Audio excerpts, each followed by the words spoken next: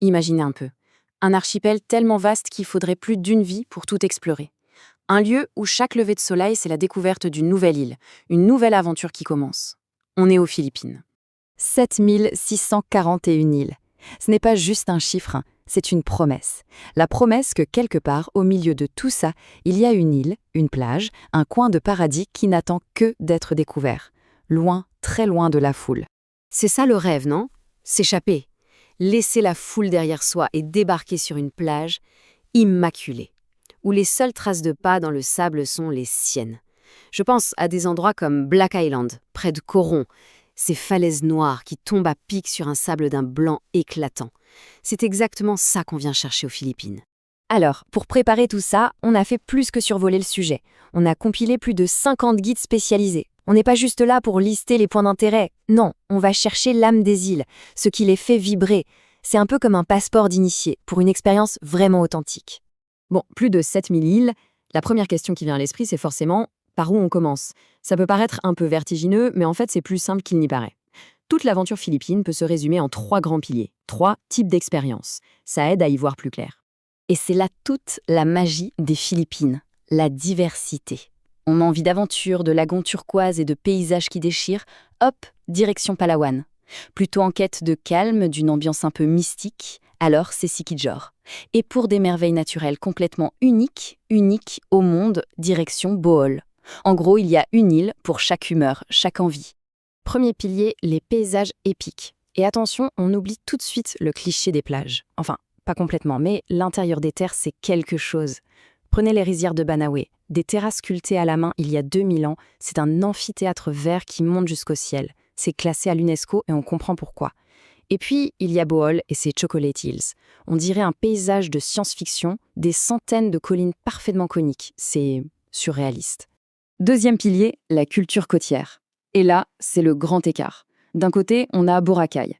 C'est le glamour, la fête, le sable blanc de White Beach qui est incroyable, et une vie nocturne qui ne s'arrête jamais. Et de l'autre, Siargao. Ambiance surf, totalement décontractée, un peu bohème, c'est le rendez-vous des surfeurs du monde entier. 2 îles, 2 philosophies, mais une seule et même passion pour l'océan. Troisième pilier, c'est l'âme ancienne du pays. Et cette âme, elle se trouve souvent sous l'eau. C'est une histoire silencieuse. À Coron, par exemple, on peut plonger et explorer les épaves de la flotte japonaise de la Seconde Guerre mondiale. C'est une expérience puissante. Et puis il y a Camiguin et son cimetière englouti. Une éruption volcanique l'a fait disparaître sous les vagues. Aujourd'hui, une grande croix marque l'endroit. C'est à la fois magnifique et terriblement émouvant. Ok, on a le rêve, on a la carte. Maintenant, passons à la partie pratique, l'épreuve du voyageur si on veut. Mais il ne faut pas voir ça comme des galères. Au contraire, ce sont les petits secrets qui transforment un simple voyage en une aventure réussie, sans accroc. Parlons argent. La bonne nouvelle, c'est que les Philippines, c'est super accessible. En mode sac à dos, en faisant attention, on peut s'en sortir avec environ 30 $ par jour. Pour un peu plus de confort, on passe à 70 $. Et même pour un voyage en famille, ça reste très raisonnable. C'est vraiment une destination qui s'adapte à tous les budgets. Dès qu'on pose le pied à l'aéroport, il y a 4 réflexes à avoir. Vraiment, ça change tout. 1. La carte SIM locale. Direct, c'est essentiel. 2. On télécharge les Tartarlines sur son téléphone. Le réseau peut être capricieux. 3. On retire assez de cash. Dans les coins paumés, les distributeurs, c'est de la science-fiction. Et 4. Un geste simple mais super important. Une bouteille d'eau réutilisable avec un filtre. On protège la planète et on fait des économies. Maintenant, un point sécurité, surtout pour les plages isolées. Petite checklist mentale à garder en tête. Pour une sortie en bateau, on demande toujours aux locaux quel est l'opérateur le plus fiable. Le sac étanche pour les papiers et l'électronique, ce n'est une option, c'est obligatoire. Une petite trousse de secours, ça ne pèse rien et ça peut sauver la mise. Et surtout, on garde en tête que sur une plage paradisiaque et isolée, c'est isolé, les commodités sont souvent proches de zéro, c'est le prix à payer pour être seul au monde. Super important, l'étiquette culturelle. C'est la base pour des échanges authentiques. La règle d'or, en dehors de la plage, on s'habille de manière décente. Pas de maillot de bain en ville et surtout pas pour visiter une église. Et la petite astuce qui change tout, utiliser pot et oppo quand on parle à des aînés. C'est une marque de respect qui fait toute la différence, ça ouvre des sourires et des portes. Et tout ça, ça nous amène à une idée essentielle, le tourisme durable. C'est plus qu'un mot à la mode, c'est voyager en conscience. Ça veut dire soutenir les communautés locales. On mange dans les petits restos de quartier, on achète l'artisanat du coin, on fait attention à son impact. En fait, c'est tout simple. C'est faire en sorte que ce paradis reste un paradis, pour tout le monde, et pour longtemps.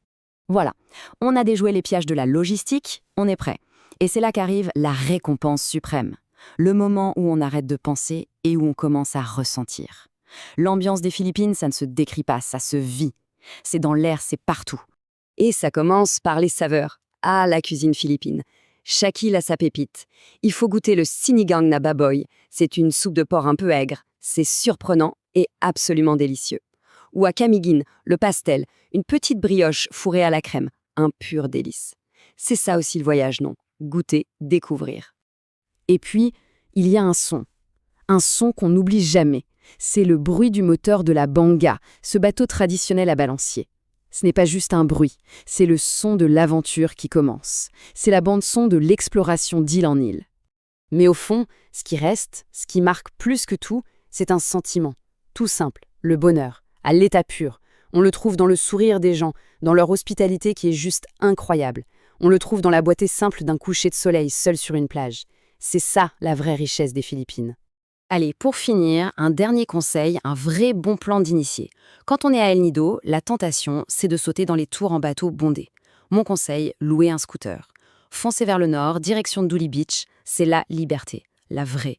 On découvre des criques cachées, on s'arrête où on veut, quand on veut, loin, très loin de la foule. Voilà, les Philippines, c'est plus qu'une destination, c'est une invitation. Une invitation à l'aventure, à l'émerveillement. Maintenant que les clés sont là, la seule question qui reste, c'est par où commencer. L'aventure